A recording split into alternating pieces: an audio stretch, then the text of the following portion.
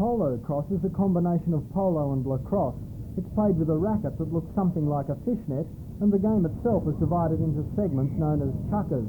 It's a game in which the officials award prizes to the horses as well as the riders. In the Hunter Valley Polo Cross Championships being played at Bradley Park, Rutherford over the weekend, there are over 30 teams taking part, including several Australian representative players and a horse that is arguably the finest ever polo cross pony. Leeward is the only horse to have won 4 consecutive Champion Pony Awards at the Nationals, and this weekend is being ridden by Burradoo No. 1, Graham Spackman. Spackman is an Australian representative, and along with teammate Neville Gilpin, he steered Burradoo to easy wins in today's place and into tomorrow's A-grade men's final.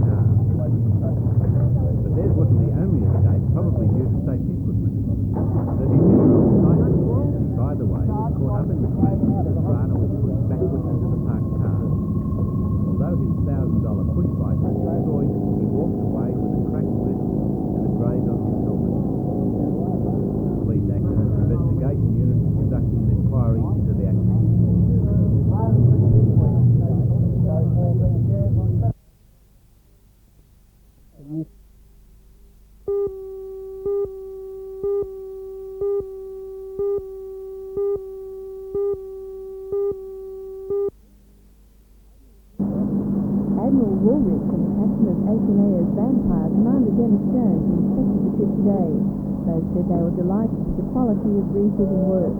Admiral Woolrich went on to say that the State Dockyard, through its industrial agreement, had managed to improve its performance, and he now regards the yard as a major asset. As Fleet Commander, I'm delighted with the quality of the work that has gone into Vampire, and we've had several ships come up here now. Supply has been here, Canberra has been here, now Vampire for a full refit, and I think an indication of our satisfaction is that if we had any reason not to want to use State Dockyard, the tender may not have come this way in the first place.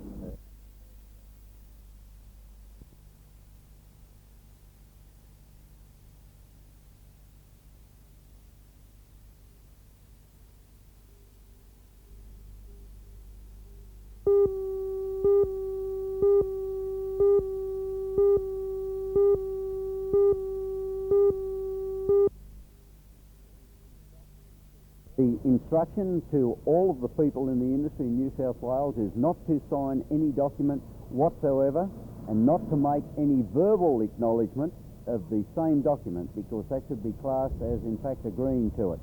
And that is to apply until the whole matter is resolved and there is a conference set down with government involved, owners, coal managers and the unions to try and resolve it. Well, why is it though that it's only a problem at some mines and not at others?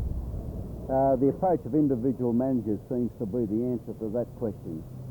Is a solution a changing of the legislation, or can it be resolved without going to that extreme? No, I think it can be resolved by a bit of goodwill on the part of some of the managers who have caused the problem. Well, just what was the purpose behind the legislation in the first place? Certainly to increase the safety in the industry as a result of the likes of Appin and Killingworth problems, and we see that as a great advantage. There are some hairs in the new scheme, but they will be sorted out, but it's to the betterment of everyone in the industry, I feel.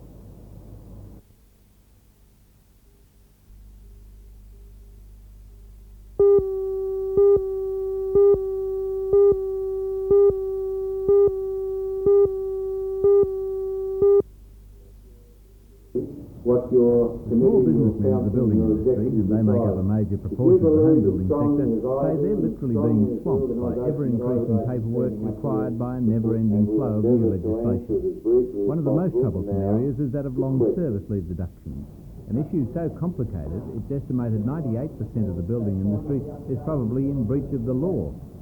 In a bid to force the government to change that legislation, building reform action groups are planning petitions, a paper war of their own, and a march on Parliament next month. The keynote speaker at the meeting, Ray Roach of the Master Builders Association, certainly left little doubt that he sees a need for urgent action. If you don't belong to any organisation that cares about what's happening to your industry, it's about time you got off your tails and joined one and did something about it. You can no longer sit outside industry organisations and expect others to pay and support and attack those areas of legislation which vitally affect you.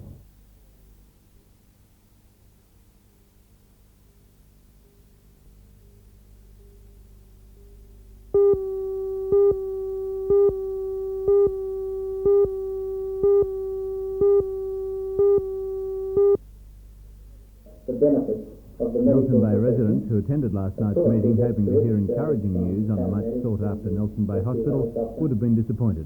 One of Australia's largest private hospital companies says that after 2 years' study, it has concluded that on present population levels, a private acute medical surgical hospital in Nelson Bay would just not be viable. Now, Recognising this, the Citizens Association is now embarking on a new bid to overcome the insecurity felt by many older residents of the area. from this gentleman Will that I establish a mentioned committee before, to is the investigate managing alternatives director to a of hospital. hospital affiliates of One Australia. suggestion being examined is an emergency I care don't know stabilisation unit how the attached to future of the doctors' public rooms in or the private area. hospital systems The possibility of having ambulance paramedics stationed at Nelson Bay will also be improved investigated. conditions for the The Health Department's Regional Director, Dr. Owen James, told the meeting he would ensure his department's cooperation in whatever way possible. $2 million to establish a hospital.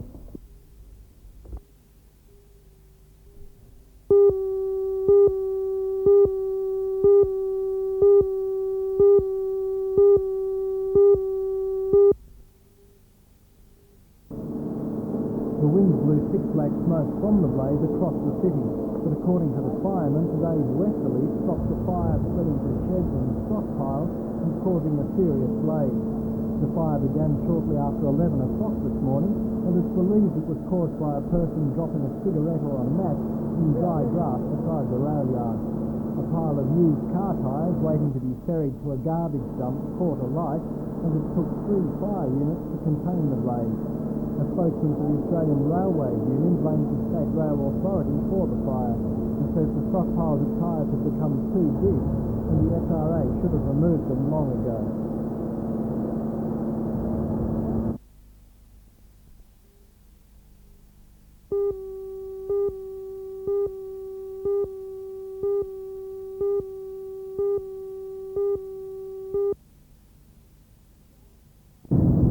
The driver of the white lady involved with the passenger of North Sydney was trapped in the wrecked up car for more than half an hour after the accident, and the hydraulic pump cause of life. The Wild Fire Brigade, Capitan Volunteer Rescue Service, doctor and ambulance men were at the scene, as well as police to redirect the traffic. Police are baffled about the circumstances surrounding the accident. They say Ms. Fraser may have fallen asleep and her car drifted into the path of the oncoming brown Kingston, driven by Mrs. Jack Bennett from Raymond Terrace. Mrs. Jennings' 3 children, Susan, Philip and Toby, received only minor injuries. Mrs. White, Mrs. Linda Jennings, and Chris Mrs. chest injuries. Ms. Fraser received massive chest injuries and is in the operating theatre at Roxton Hospital.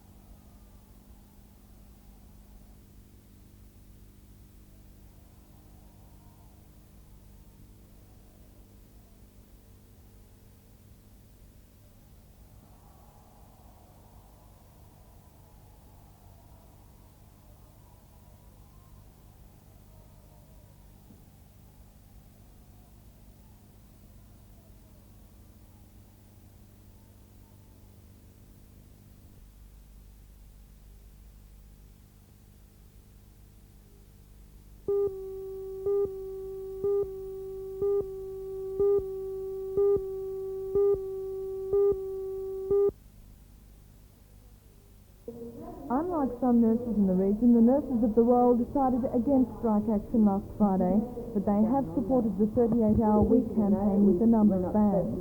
These include bans on wearing uniforms, making beds for non-emergency admissions, and transporting specimens to pathology. The nurses hope that these moves will force the government to reconsider its refusal to grant the 38-hour week. If the campaign hasn't forced a change by the 20th of this month, the nurses are threatening to strike for 24 hours on the 1st of August.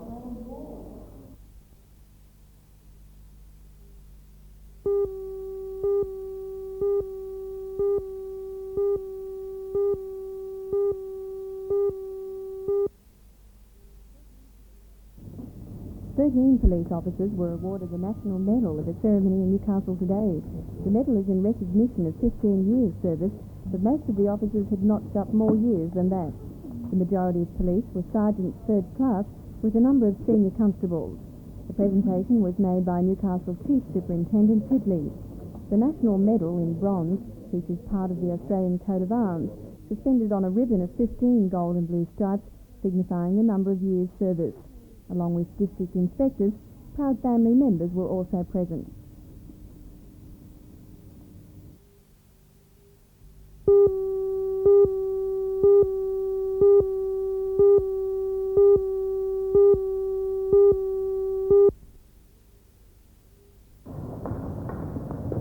The team's final preparations start in Perth this weekend, with the side playing the rest of Australia and a team from the Institute of Sport. Then they fly to Europe for a series of matches against Germany and England, and finally to America, where their last training sessions will be against men's teams. For the last few weeks, Robin has been training several times a day at an indoor cricket centre, with the pair playing on the artificial surface similar to those in America. For Robin, the last few weeks have been particularly nerve-wracking.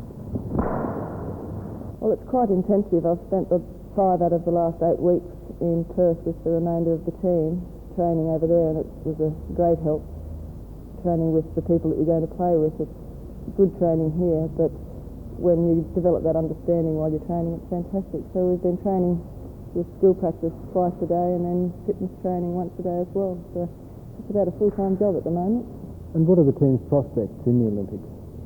I think they're very good.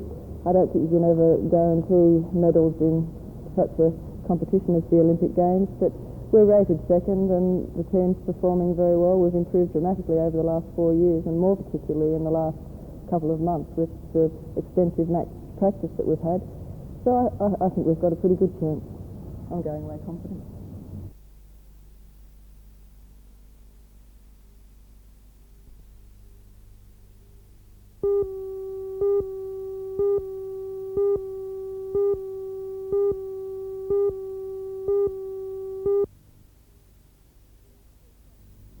The rough seas off Newcastle are the result of strong winds caused by an intense low pressure system in the Tasman Sea. The good news is that the wild weather is on the way out. The bad news, until it goes, a pleasant stroll along the city beach is out of the question. Today's massive surf pounded the beaches, washing away vast quantities of sand and forcing the abandonment of work on the new Newcastle Street wall. Council spokesman said today that it is unlikely that the rough seas will cause any irreversible damage. He said that sand that has been washed away will return in time. Newcastle Harbour was closed to shipping today after an 8.1-metre swell was recorded at the bar. The closure forced the cancellation of the visit to the city by the P&O cruise ship, the Oriana. The decision to cancel was taken last night after P&O officials discussed the matter with the Newcastle Harbour Master. It was decided that it would be dangerous to bring the cruise ship into the harbour. As Newcastle is a river port, it is particularly susceptible to wind and wave conditions. The cancellation would have come as a big disappointment to 200 people who were booked to travel from Sydney to Newcastle on the Oriana. But up to 360 who were scheduled to board the ship here this afternoon did not seem too concerned. The cancellation will not disrupt their cruise. Those lucky passengers were taken to Sydney this afternoon in 9 coaches. And despite the change of plans, they had a good reason to be smiling. When the Oriana departs Sydney later tonight, they will be on their way to the sunnier seas of the South Pacific. Our big thaw is going along at a steady pace, but there's still plenty of snow on the high country north of Newcastle. Ray Deneen has been in the area today and begins his report high above Murrurundi.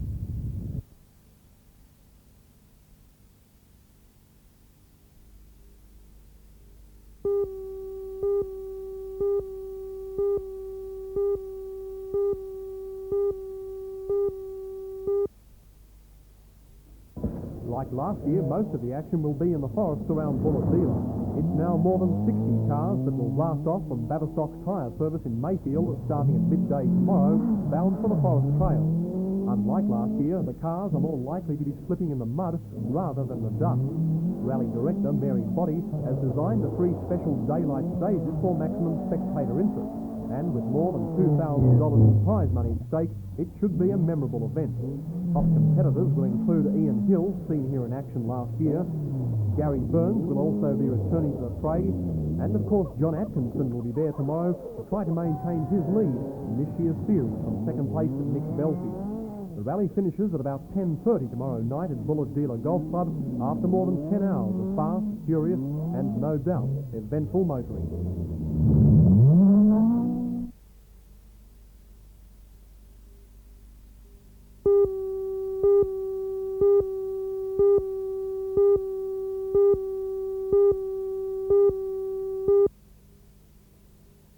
Central went down by 4 points in today's match at St John over Charlestown, with the final score 18-14. Cessnock led for most of the game, and at half-time the score was 10 points to 8, after Central had trouble holding the ball for the 6 tackles throughout the first half. With just 10 minutes to go, Central hit the lead, after 5'8" Barry Phelps crossed for a try, and Nick Fairclough converted. But then with 5 minutes to go, Cessnock hit back and sealed the match with a converted try by centre Mark Woolsey. After today's performance, Cessnock are locked into the race for the semi-finals. But for Central, getting to the semis is going to be an uphill battle.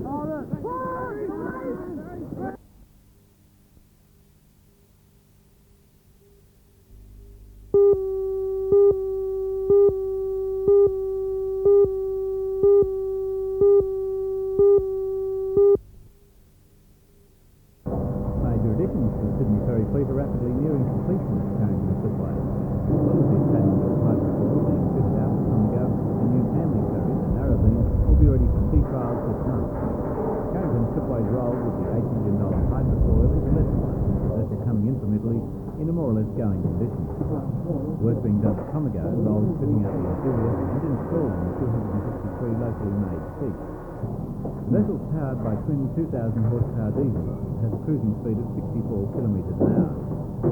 The narrow beam, the Manly ferry being given its finishing touches, was constructed completely at Carrington Slipway. The sister ship, the freshwater and twin slips, built earlier at the Strait dockyard. The 1,100 passenger ferry, which also cost $8 million, will undergo sea trials on Monday. Then, early in August, the first of a series of Sydney Inner Harbour catamaran ferries will be launched.